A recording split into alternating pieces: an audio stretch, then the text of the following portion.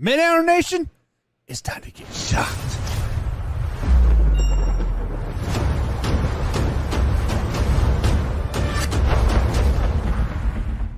It never ceases to amaze me that how these players in the NFL rank other players. It does not surprise me how they want to put, the guy that's hardest to tackle or the guy that made the best catch in the league at number one position. Yes, I know these players play the game. Yes, I know these coaches coach the game. But the truth of the matter is they have a biased opinion.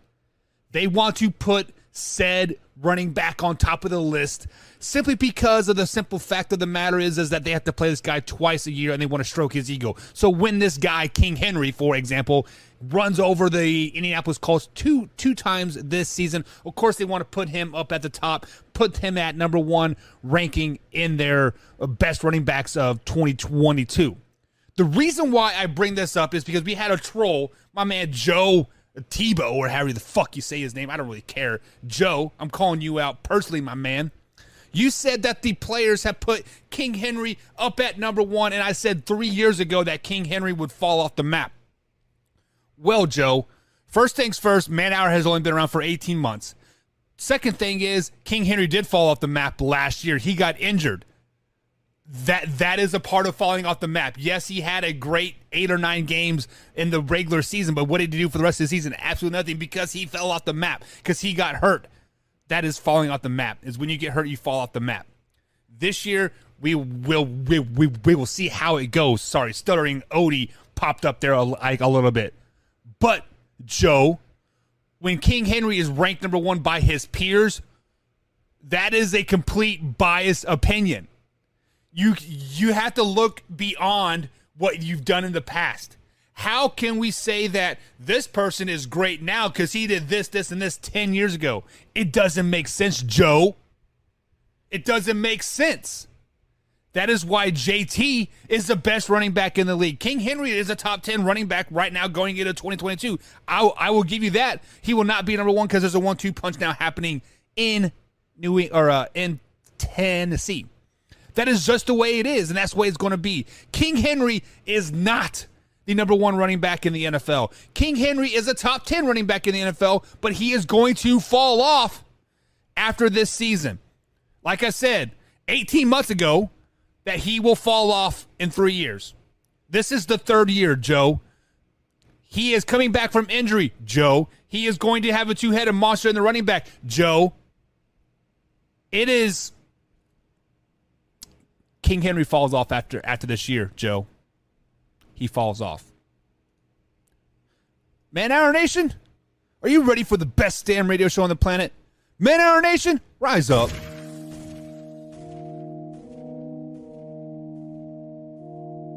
You don't want to be every time, no.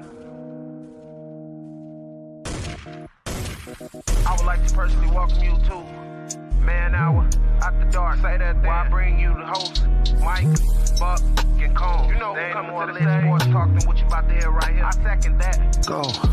You know that it's us when we talking about sports. Giving you facts on the field to the core. Tune in, we need the support. 1 hour too short, still listen some more. On all your stations, not dropping no music. Starts like Adidas, but Nike just do it. Down 4 in the 4th, we go for the win. Michael 2 seconds, we taking it in. Buck, Mike, and Cone. You know what's going on. Man, now we're After Dark, no LA. We the big spark. No 4th and inches, won't cut short. Got the best talking, it's all sports. Buzzing more than buzz beaters. We coming live all through your speakers. Go.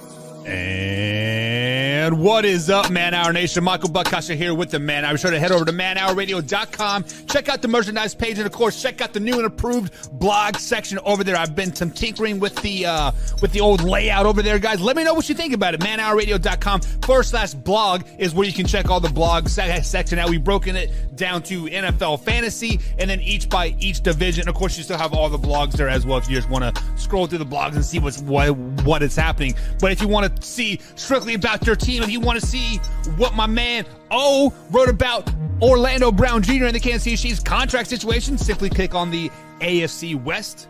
Bada bing, bada boom. It's probably the first one up there because I believe that was the most recent blog of the Kansas City Chiefs. Find your team, bada bing, bada boom. It is there. It is nice and easy. It is beautiful, beautiful times over there at manhourradio.com. But guys, thank you for joining us today right here on the Man Hour. Be sure to hit that like and the subscribe button. Hit the bell icon as you get updates every time, or you get notifications every time we are posting some type of content, whether it be live, whether it be a clip, whether it be a post, whether it be a guest, a current NFL player. Guys, a lot of stuff happening over there at the youtube.com/Man Hour. Also, if you guys listen to this on Spotify, iHeartRadios, or iTunes, leave a ranking, share this with a couple friends, because sharing is caring at the end of the day, guys. We are, we're like 9 Sundays away or something like that till, basically, guys, this is the last month. July is the last month of no football on Sunday. So get excited. We are here. We're going to break down the NFC West today. So we have broken down. We are starting our second round of these breakdown processes. So with some of the moves that have been happening, Deshaun Watson getting suspended, or probably will be getting suspended. Baker Mayfield going to Carolina. Jimmy G possibly going to Seattle now. So there are a bunch of moves happening. So we're going to redo our picks. I'm going to redo my picks. Combs will be back with me in sometime in August. I'm pretty excited about that. I love my man. I miss my man, but he got the Rona right now. 7-day quarantine from work, 30 days with his kids. Man, hey, yes. Planning for a wedding. That man's probably going stir crazy. But anyways, let's get right into it. We're really up against the time frame today, so we aren't going to give you guys any of the where, no way, factor crap, or what does, or anything like that today. We're going to jump right into it and jump with possibly. That's right, possibly the worst team in the NFC West, and that is the Arizona Cardinals. Obviously, the Arizona Cardinals started hot last season with their 9-0 or 11-0, and then bada bing, bada boom, the wheels fell off the ship. They ultimately made the playoffs, got their ass whooped in the playoffs, and now this offseason is looking pretty, what's the word I'm looking for? Awkward for them. DeAndre Hopkins is suspended for the first 6 games of the season for doping up. Kyler Murray has yet to sign that long-term extension, and the defense basically got gutted by the Las Vegas Raiders. So as we dive deep into the Arizona Cardinals here, we're going to break down each week. I'm going to give you a win-loss here. So week 1, they do take on the Kansas City Chiefs. At least it's at Phoenix, Arizona, or Sundale, or Glendale, like Arizona. They are playing at home, but the Chiefs get this win. The Chiefs are just too damn good. The Chiefs are going to be hungry. The addition of Justin Reed on the defensive side of the ball is going to be wham, bam, thank you, man, for those Arizona Cardinals. And Kyler Murray playing with, arguably without one of the best receivers in the NFL, playing with my man Rondell Moore. And they I guess they picked up Hollywood Brown as well. So they got a bunch of 3 number 1 receivers trying to play number 1 the first 6 weeks. It's not going to happen. Week number 2, they go to Vegas to take on the Raiders. The Raiders are a team, like I've been saying, all breakdown of part 1 and part 2 is that the Raiders are a team of 2 second halves, or not 2 seconds, 2 halves of football. It doesn't matter who their quarterback is. Derek Carr is arguably one of the best quarterbacks in, or let's say at least a top 5 quarterback in the AFC, and he's either really good or really bad. And the Raiders are either really good or really bad. Is it depending on what part of the season you hit them on?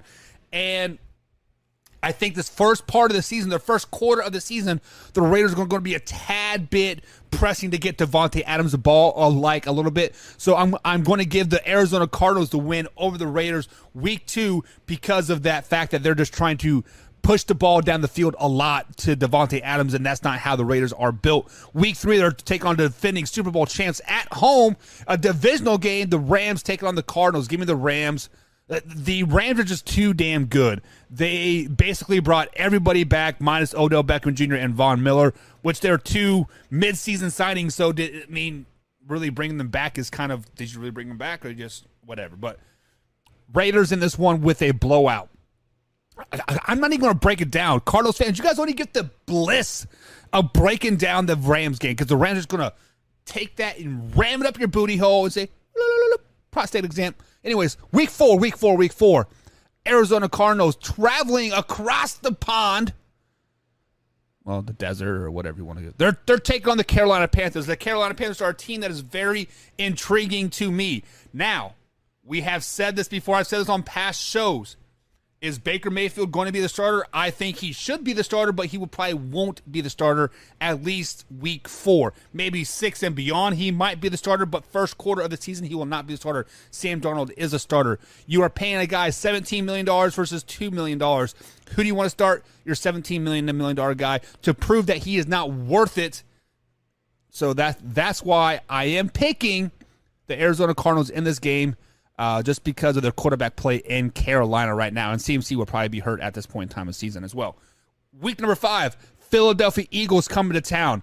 The Philadelphia Eagles are a very much improved team this offseason. Jalen Hurts looks a little bit better. They added some great receiver weapons.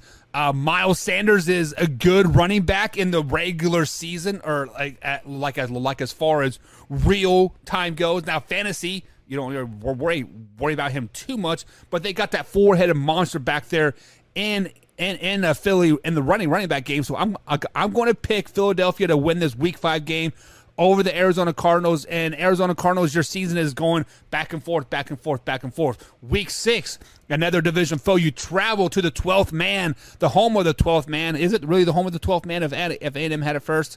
I don't know. Seattle Seahawks, Drew Lock, Geno Smith, it doesn't matter.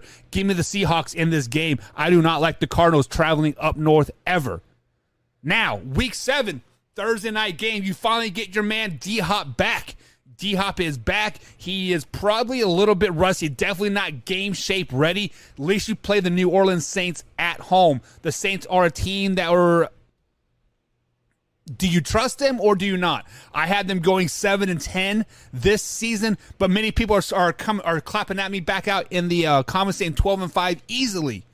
I don't see it. I don't see how they can go 12-5. So I am picking the Arizona Cardinals in this Thursday night game at home for the Cardinals and the return of D-Hop.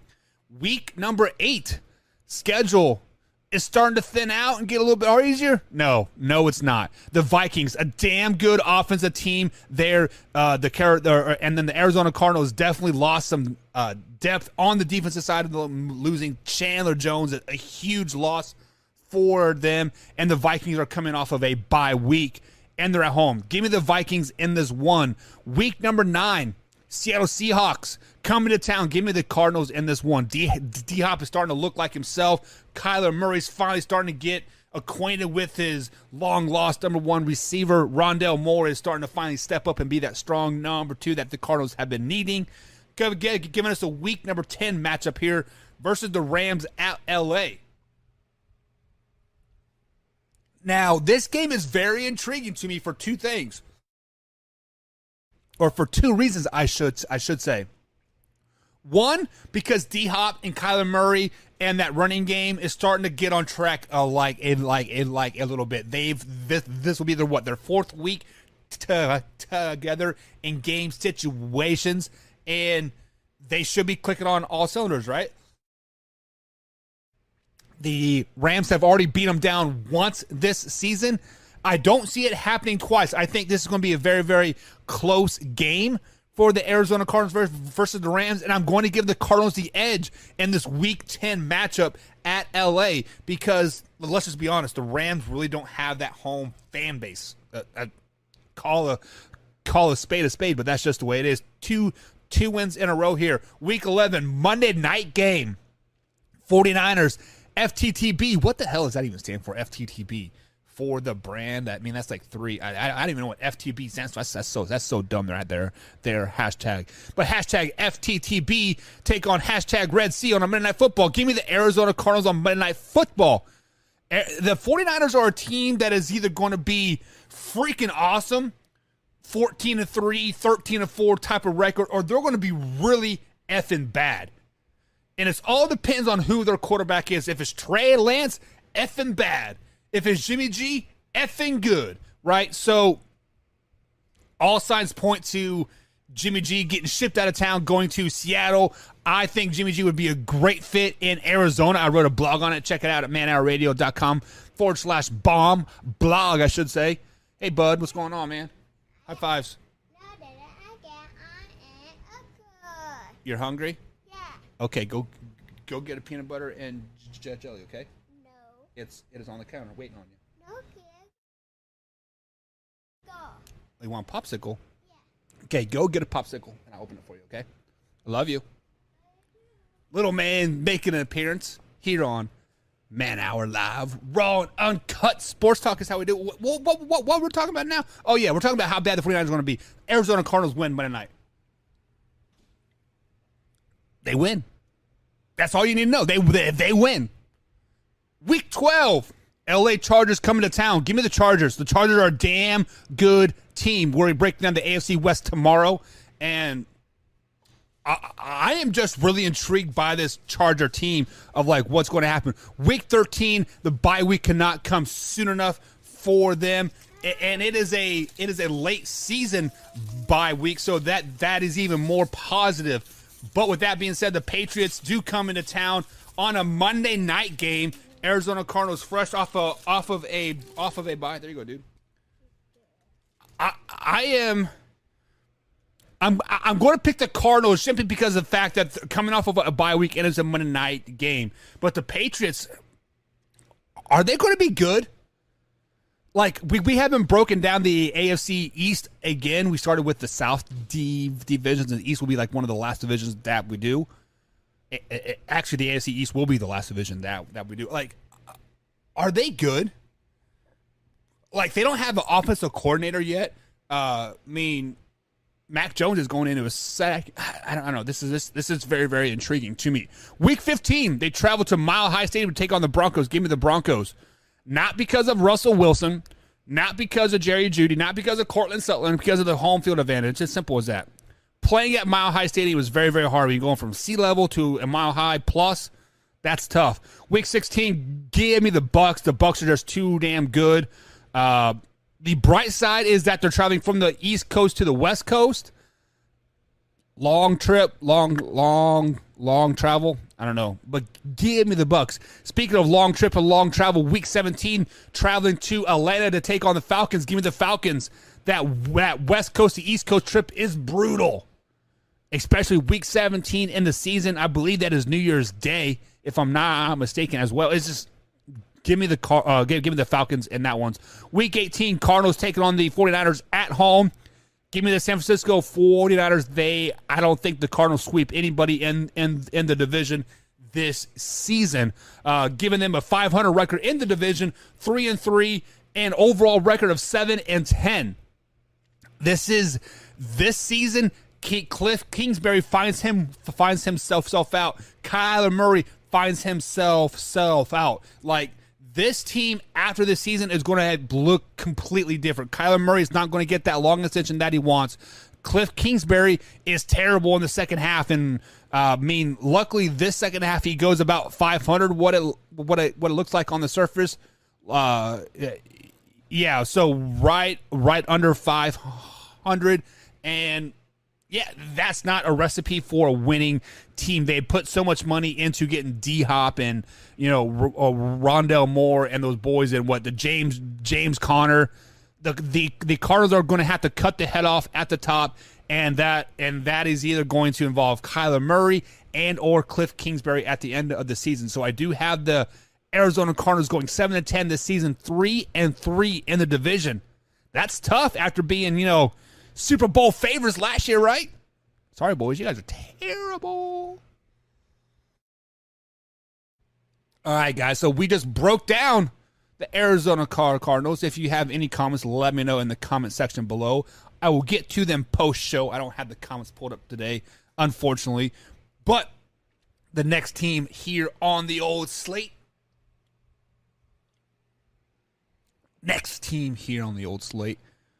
Is the 12th man, and that is the Seattle Seahawks. Seattle Seahawks have had an interesting offseason.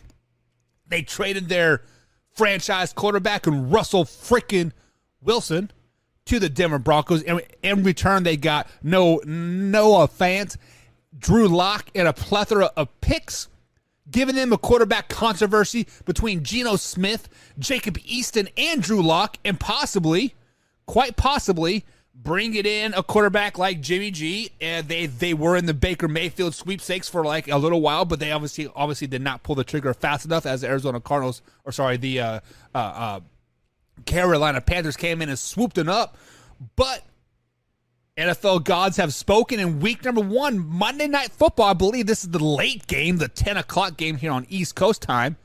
The Denver Broncos travel to Seattle. Russell Wilson travels to Seattle for his first time as a visitor to take on the Seahawks. I think the emotions are going to be way too high for Russell Wilson this game. I think the Seahawks are going to come in and basically flex on the Broncos in this game. Jerry Jeudy obviously had some offseason issues. Cortland Sutherland is finally back and healthy. But new head coach, new quarterback, on the road first game, bada bing, bada boom. Give me the Seahawks week number 1. Wow, these allergies are kicking my ass lately. Week number 2, Seahawks travel to 49ers on a Sunday game here, Sunday afternoon game here on the East Coast time. And like I said, the 49ers are going to be either really good or really bad. It all depends on who their quarterback is. I don't care if Deebo Samuel's there. I don't care if, Joey Bosa, or sorry, Nick Bosa is like is hurt. It doesn't matter to me. It all comes down to quarterback play for the San Francisco 49ers. And if they get rid of Jimmy G, which everything is pointing to like they're going to do, Trey Lance is going to be a starter, not going to be good. Give me the Seahawks week number 2 over the 49ers. Wow, 2-0 start for a team that's possibly going to go 3-13 or 3-14, people saying. Uh-oh, watch out. Sleepers in the NFC West? Who knows? Week 3. Falcons coming to town. Give me the Seahawks. The Falcons are a terrible team. Falcons might be the number 1 overall pick this season, especially if they start Desmond Ridder. Yeah, going to be bad. Week 4, Seahawks travel to the Lions. The Lions are going to be a much improved team. The Lions had the highest paid offense in all of NFL. Did you guys know that? And they had the highest salary in the NFL on the offensive side of the ball. More than the Buccaneers, more than the Chiefs, more than the Broncos, more than the Bucs, more than everybody. They are the highest. And that's why they're going to win this game, because their offense finally shows up and flexes on the Seahawks like in this game. Week number 5, they travel to New Orleans. The big easy to take on Jameis Winston and the Saints. Give me the Saints in this game. The Saints are going to be a good team, but they're not going to be great. I had them actually going 7-10 this season. And, they're still good, but the ball's not going to bounce their way, if that makes sense to anybody. Week 6, we already picked that one. I do have the Seahawks beating the Arizona Cardinals. Week number 7, Seahawks travel to L.A. to take on the Chargers. Is this the beginning of the downfall for the Seahawks? Yes, they lost 2 games in a row, but they are right now, they're sitting at 3-5 right now. What's up, dude? I want more go. You want another popsicle? Okay, you can have one more, okay? I want Go get it. Go get another popsicle, dude. Hurry. Go. I love my little man. Chargers beat down the Seahawks. Herbert, the boys, Mike Williams, and whoever else. It's just terrible. Week number 8. Giants come into town. The Giants are a team that has to win this season. Danny Dimes is on his 5th year. Saquon Barkley is on his 5th year, right? They do have a new head coach, right? Or just second-year head coach. I can't remember. Either way, the Giants are in a must-win situation all season long, and there is absolutely no way. Dude, this thing's really frozen, man. Ugh. Have you guys ever had the icy popsicles? They're actually really freaking good. Really good, man. There you go. Be careful, all right? I love you, dude. But Giants, man. Giants coming to Seahawks days is a must-win opportunity. The Giants pull this one out, giving the Seahawks a 4-game losing streak, because I do have the Cardinals beating them week number 9 at Arizona. Week 10, they travel to Tampa Bay to take on the Bucs. The Bucs are damn good. Give me the Bucs. Week 11, a bye week. Is this the time for a quarterback change? Does Jacob Eason finally take the helm? Take the helm. Realm. What are we in? Freaking Wizard of Oz or whatever. I don't know. Hocus Pocus or something. Oh. Thinking Harry Potter. The realm. Harry Potter realm. Week 12, Raiders coming to town. Give me the Raiders. I always like a home team off of a bye 9 times out of 10. Well, guess what? Bada bing, bada boom. Raiders win this game. Week 13, they travel to LA to take on the Rams. Give me the Rams. The Rams are much too good. Guys, we're on a 6-game skid right now. Going into week 14, Carolina Panthers coming to town. Fresh off of a bye for the Carolina Panthers. Do the Panthers really go into the 12th man and whoop that ass? They do.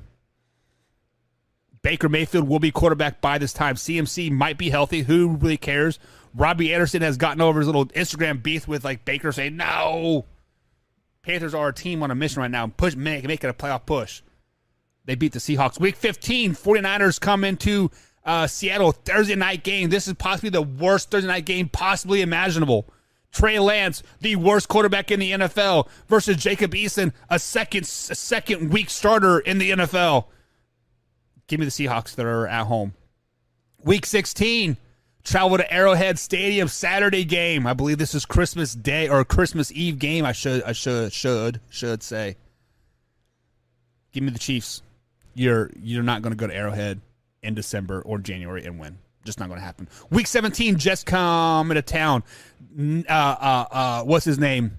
Zach Wilson, fresh off of banging Jacob Eason's mom, gets them all riled up, gets them pissed off. Seahawks for the win. Week 18, Rams end out the season with the beatdown of the Seahawks, giving the Seahawks a 6-11 record, 3-3 in the division. So right now they're sitting last in the division, behind the Arizona Cardinals at 7-10. Do the Seahawks make a play for a quarterback this offseason? If they haven't got Jimmy G already, do they make a play for him?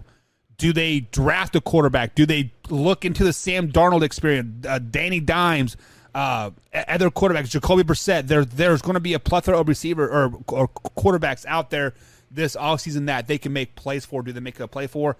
I think so. I think they're not sold on Drew Lock or Geno Smith because they both failed earlier in the season. Jacob Easton would have been a franchise quarterback in Indianapolis, not in Seattle. They don't have faith in him either.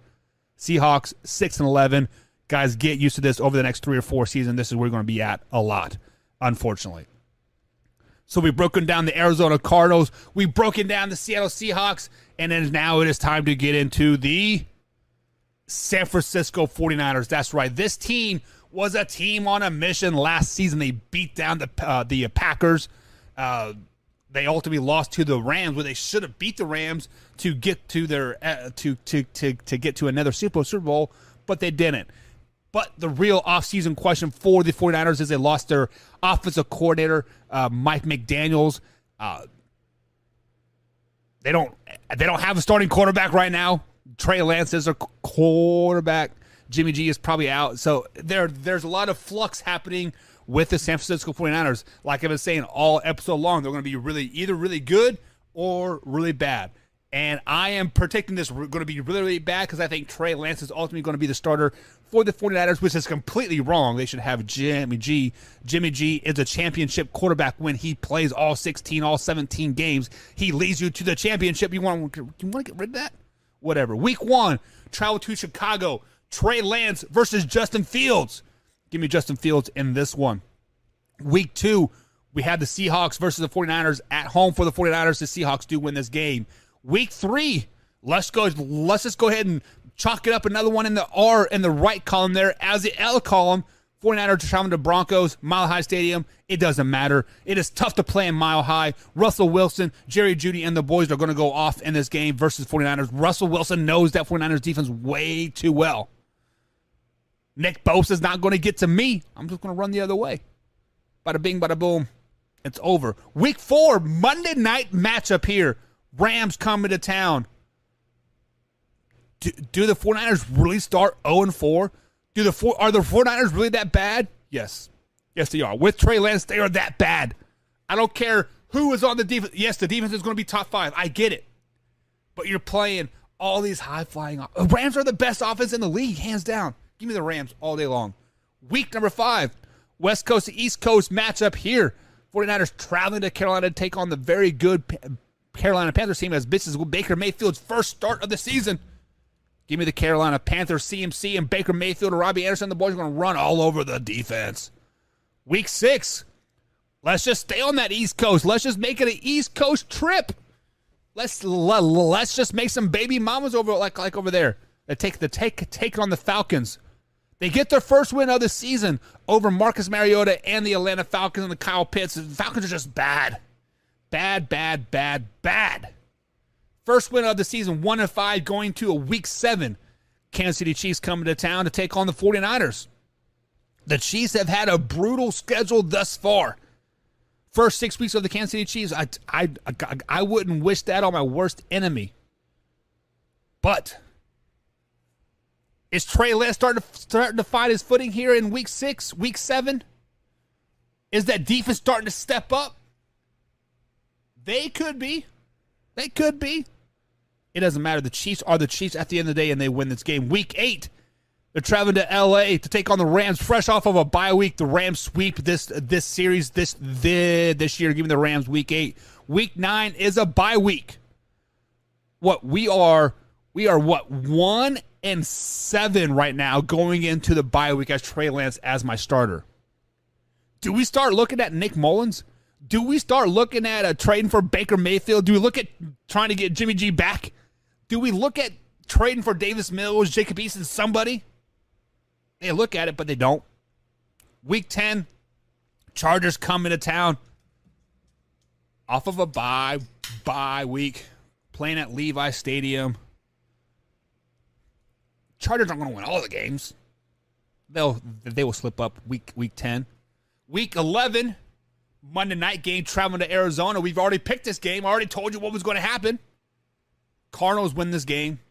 Bad. This game is ugly. Week 12, Saints coming to town. Give me the 49ers in this one. Saints are like the 49ers going to be really good or really bad. There's no really mediocre point for the Saints. I don't think. Give me the 49ers. Week 13, the overrated Miami Dolphins coming to town to take on the 49ers. Mike McDaniels versus his old team. Well, guess what? The 49ers defense has been playing against Mike McDaniels' offense for at least 3 years, right? They know that offense. I don't care if it's Tyreek Hill, Jalen Waddle. Tua sucks. 49ers win this game. We have now won 3 of their last 4. Had the times have turned? Has Trey Lance got his feet under him? Sure. But the Buccaneers coming to town. Tom Brady homecoming, as they might call it there. Give me the Bucs in this Week 14 matchup. Week 15, I have them losing to the Seattle Seahawks on Thursday Night Football. Week 16, the Commanders coming to town to take on the 49ers. Saturday game here. Saturday night's all right. The Commanders are a team that I am questioning everything about what they did this offseason. Scary Terry says he's the best receiver in the league. Okay. Carson Wentz says he's the best quarterback in the league. Okay.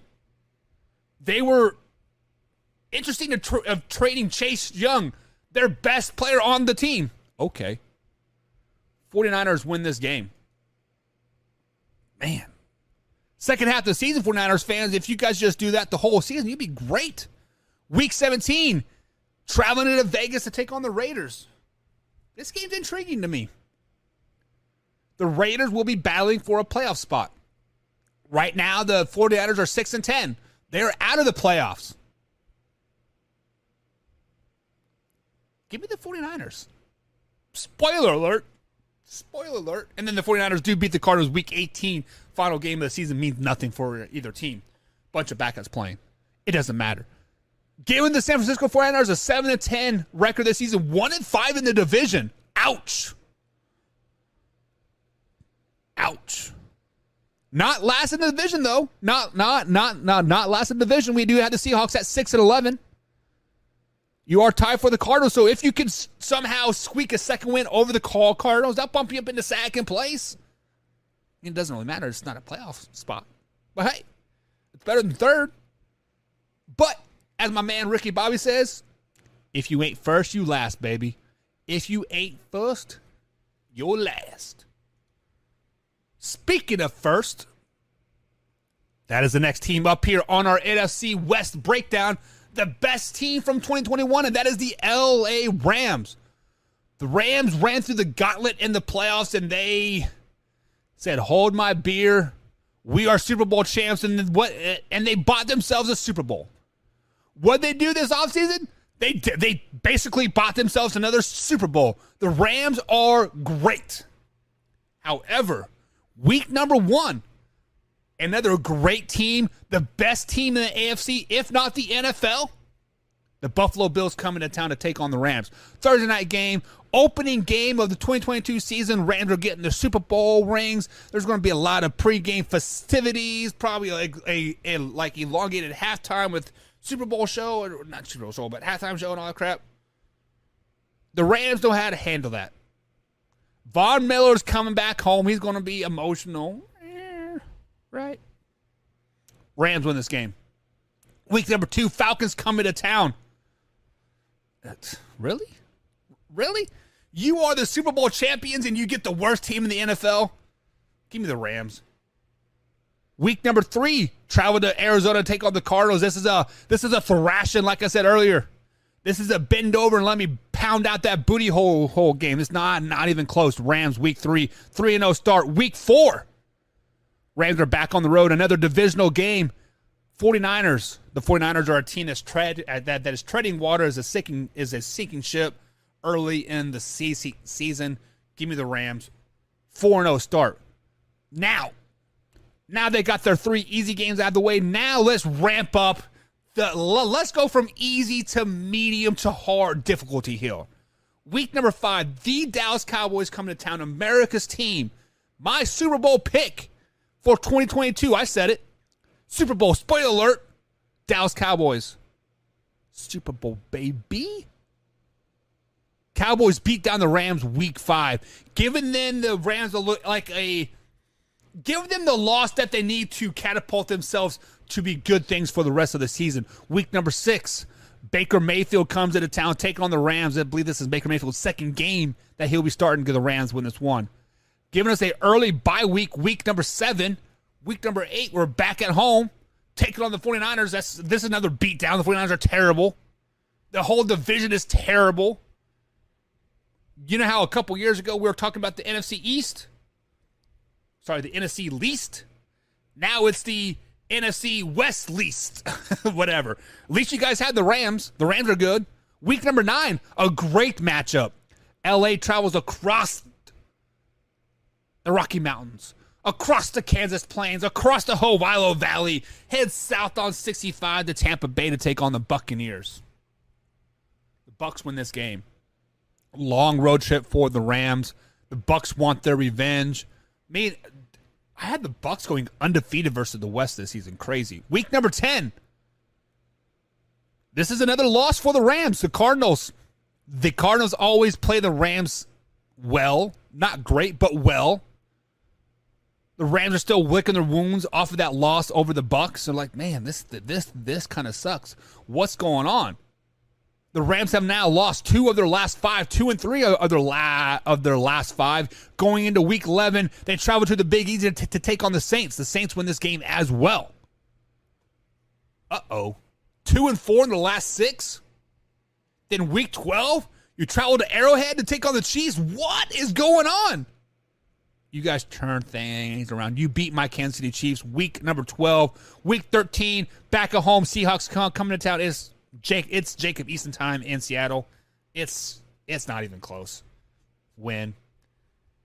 C note to 25 cents. It's a freaking blowout at this time. Week 14, Thursday night football. Raiders coming to town. Give me the Rams. Week 15.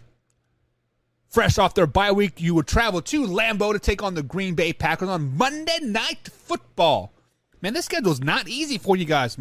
Super Bowl champs, you might as well make it as hard as we could possibly get. Give me the Packers on this game. Packers always play well at home, always play great on Monday night, and since it's Week 15, the whole missing Devontae Adams thing is long out the window at this time. They will be fine. Week 16, the Broncos come into town to take on the Rams. The Broncos, Russell Wilson, Did these NFL scheduler makers really do this? Because the AFC West is playing the NFC West. Russell Wilson got to open up with like Russell and boys. Rams win this game. It doesn't matter. Week 17, they travel to LA. It's a home versus home matchup here. Rams versus Chargers. Who was going to have the more fans? Right now, we're sitting at 10-5 in this record. Chargers are good. The Rams are good. Really not a must-win for the Rams. Too much more of a must-win for the Chargers. Chargers shit the bed as they do most postseasons. Rams win this game 28-17.